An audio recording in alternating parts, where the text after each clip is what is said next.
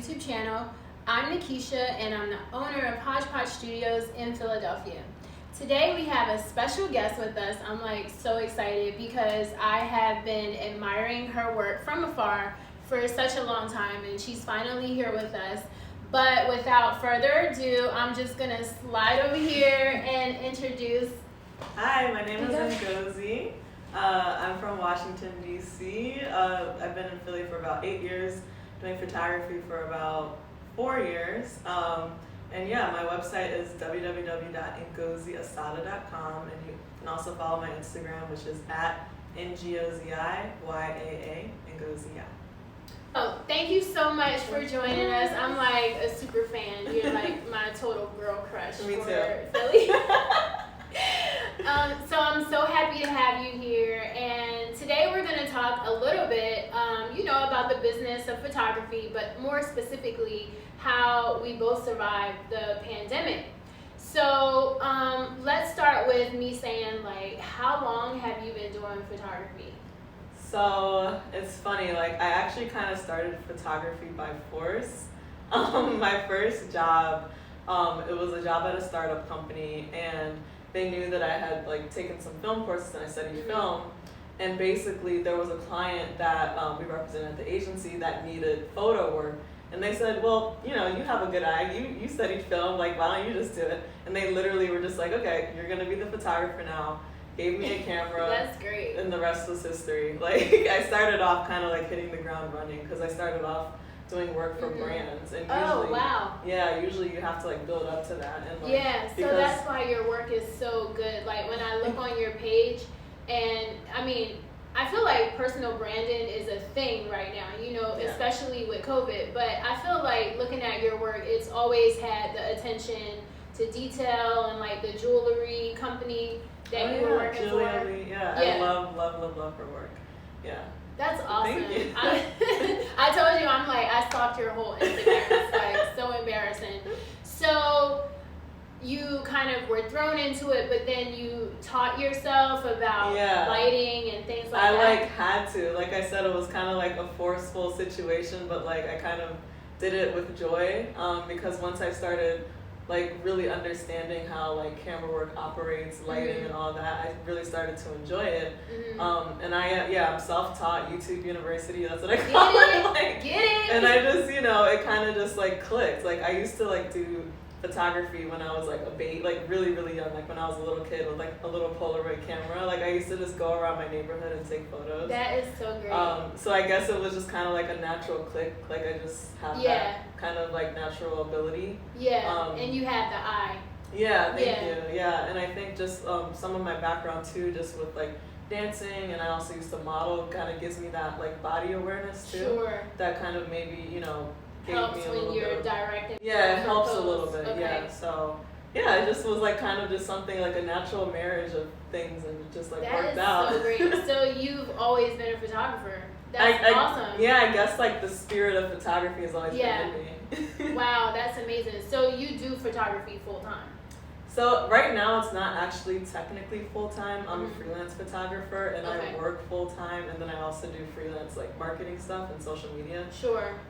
So I dedicate my weekends towards photography right now. For yourself? Yeah. Same. Yep. Same. I work full-time in healthcare, but same with you at my work. I do the photography for, my job, for social media, everything. So I'm so blessed to be able to love what I do and be able to be creative. They totally support that, but working for yourself is a whole different. Oh yeah, it's a whole nother ballgame. But I'm actually working towards that. But I feel right now I'm in a good place, because some of my clients do ask for photography for social media, and then even my full-time job will throw me on projects sometimes. So it's I feel I'm in a good place. Good. That's doing awesome. A mix of things. Yeah, I don't want to quit my day job, just in case my bosses are watching. But so I hear that I hear you saying you do a lot of personal branding. I see that on your page. Is that kind of your niche? Is that your specialty? Yeah, definitely. People come to me for their brands. Mostly I do a lot of brand photography. And then I also do a lot of portraiture. So it's definitely a mix of the both. Yeah. So one thing I love about your portraits, like I'm very much kind of, I guess you would, if you had to give it a label, which I hate, I would say it's more like fine art. Like definitely pose, definitely, you know. But what I love about what you do is like, it's very, like, I don't know, it looks like something that you would see in, you remember when Marc Jacobs used to do like the ad campaigns? Oh, and it was yeah, just kind of like, it was so different. Yeah. You know, from what everyone else was doing at the time. I know. More like candid almost. Yeah. Yeah, that's pretty much my style. Like I like very natural. And I also like telling a story through the pictures. So I kind of treat it almost like an editorial. Like my portraiture stuff is like kind of like an editorial, and I always have the story in mind, you know, as I'm like creative directing the shoot as well. So it's all just like connected. Like I'm thinking about this one shoot that I did. It was like out in a field, and it was a couple, a man and a woman, and I had like this very biblical kind of like feel to it. Like she was wearing a veil, and I was like, well, then she takes the veil off, and she's like becoming her own woman. Like I had the whole story in my mind as I'm shooting. I love that. So I think that helps like the imagery come alive. Sure. So, oh my gosh, I had so many questions now. I don't want to get off topic, but like, how much time do you take to plan a shoot? Do you sit down and kind of write up, you know, a storyboard and all of that? Yeah, I do. I do. I'll write down, like it starts off very rough, just like rough notes that like if anyone else read it, they wouldn't understand They're it. like, what is this hieroglyphic to it's literally like code, and it's like only I would understand it, but it's like these like random little like key words that like kind of spark something in my brain that like I put together later. And then eventually like I'll have an entire like story, kind of like, I guess more like a treatment. Put together. Along with like, you know, creative visual references like mood boards and stuff like that. Sometimes I'll bring in other people as well to help me, other creative people, and it kind of just like comes together that way. And I guess like if I were to like measure the actual amount of time, it's probably like 2 weeks that it takes to do that, from the original conception to like the mood board and all of that planning. So That's amazing. I love the creative process the most. I enjoy that. I enjoy the stuff that we do before as much as I enjoy shooting. Yeah, exactly. And then the finished product, just being able to see all the work that you put in, all the components come together to like bring this amazing piece of production to fruition. It's like, that's me. And when it's exactly what you imagine, it's like chef's kiss. Like it's just like the best feeling. It's so rewarding, and then you get to share it with people. And like it's awesome. I love that chef's kiss. That's a good one. So speaking about sharing, I just want to talk a little bit. I just want to get your opinions and your thoughts on, you know, photographers who only do, you know, photography for Instagram or for Facebook. I feel like Instagram is more than I think Instagram is like becoming that, well, it actually already is like that primary platform for like sharing art. And it's funny because I was talking about this with someone else the other day, and you know, I kind of have mixed feelings about it, because a part of me thinks like, you know, when you create art, you're doing it for something, you know, for a personal reason. You're doing it for like a spiritual almost reason, soul reason. And when you're only keeping in mind like how many likes you get, it can kind of get in the way and like kind of compromise the art that you're making, because you're making it with a certain like, you know, audience in mind or whatever, like trying to get as many likes as possible. But then I also think it's amazing to take advantage of like this really unique like time that we're in, where like people are literally being born into like the digital age. Like they're using iPads at 3 years old, typing on like, you know what I mean? Like it's just, you know, it kind of makes sense to adapt to that. So at the same, like I feel kind of torn between it, because I feel like you shouldn't create art solely for one purpose, which is just to get clout. But at the same time, if that's working for you, then I also think like that's a really smart and cool thing to do as well. You know? Yeah, I totally agree with you. It's like I'm really torn, because I feel that it's not authentic to some degree, right? It's just contrived and, you know, pretty much curated. And it makes me feel like I went to art school.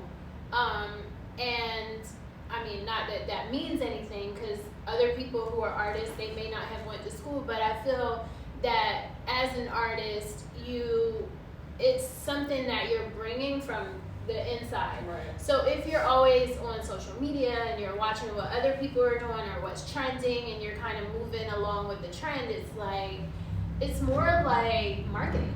Yeah. Right? Yeah. You're like, so in that regard, I feel the same. Like, I don't know, but I definitely, I feel good about people who can find their way into that niche and they can blow up and, make money from doing something that gives them joy. Yeah. I think that's really cool too. Exactly. And I know some people use social media as a stepping stone. It's Yeah. just a tool to get to the point where they can be fully, creatively free and do whatever they want, and like they just play the game, so to speak, to get to that point. So it's all a game, baby. Yeah, it's all a game. So let's get into the meat of it, surviving the pandemic. Why don't you tell me a little bit about how it was for you? Last year in March, I remember what happened. Oh my gosh. I had really fallen in love with another space that I didn't have at the time, but because of the pandemic, I was able to, get it because the person who had it, they had to close up shop and leave. So I found a lot of artists, especially artists, they had to close their doors, or either permanently close their doors. How did you find that time? Were you like panicking, or did you have a plan? Because you're in marketing, so. Yeah. So I actually, when the pandemic started, I just took a break for a few months. I actually stopped doing all photography. I just completely stopped because I was very anxious at the time, and I was going back home. I was living with my parents in DC for a few months because I could, because I was working from home. So I was let me spend some time with my parents. So I was kind of just focusing on family and my mental health, because I was really scared at the time because I didn't know what the pandemic meant. Sure. I didn't know if we were all gonna die. Oh my gosh. So I wasn't even thinking about photography at the time. So there was a total dry period where I wasn't doing anything. Okay. But then, naturally I started to get that itch again. I'm no, I gotta do something creative. I gotta stimulate myself during this downtime. So then I did start planning shoots. I didn't even have shoots booked. What month? I would say when was that? Maybe June or July, something like that. Cause I feel March through June I wasn't doing anything, so it was probably July. And I started just writing down different concepts and like I said, told you earlier, writing down the stories. I didn't even have shoots booked. I just knew I wanted to shoot these things. Sure. And so I ended up shooting them later in the year, because I just had these concepts already on board. Yeah. Ended up shooting later. And I did most of my shoots were actually all of my shoots were outdoors, so that it's a little bit safer. Yeah. Were your clients anxious? They didn't want to take their mask off, or my clients were actually very chill and very comfortable, and I think a lot of that had to do with being outside, and then the fact that we had small teams. Sure. I had my creative director, Augustine, and I had a stylist for one of the shoots, but it was a very small team. You know what I mean?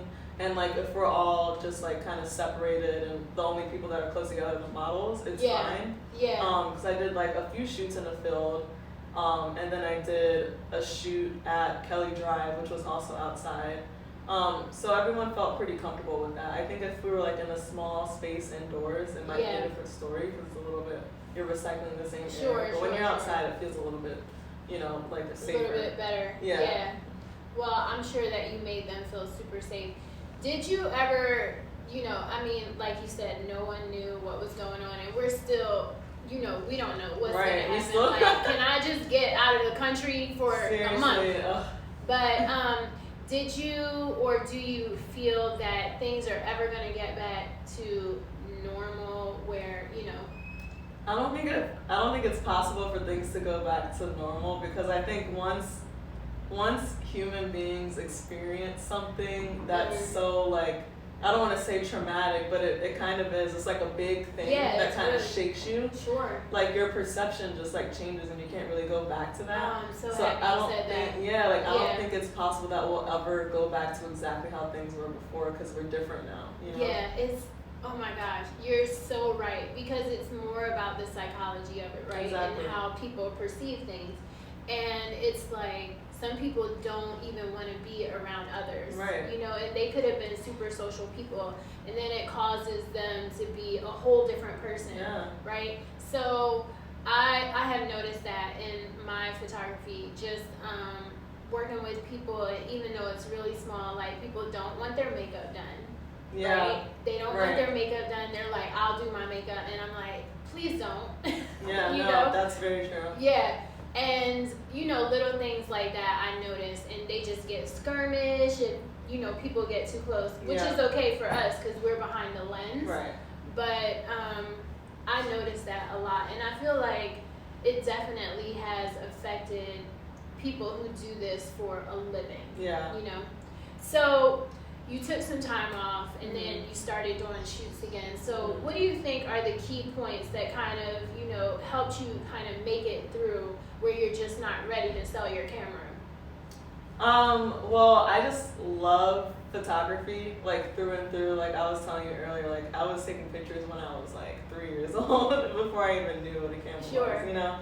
So I think just like knowing that I have like this creative power, like to tell different stories and to show different people, you know, and to help like these smaller brands grow, like that just like means a lot to me, and I like connected to like a piece of who I am. It's not like a separate job. It's like a part of me, you know. And I think like if something's a part of you, you can't really detach from it. Sure, you know, it's absolutely. just like who I am, and this is my tool. It's one of the mediums I use to express myself and my crazy brain, and you know, also just like working with brands. Like I just love being able to like contribute to like their whole aesthetic and their whole brand world. I think that's just like a beautiful thing to be a part of. So that's pretty much what keeps me going. I love it. That's like such a huge motivator. Yeah.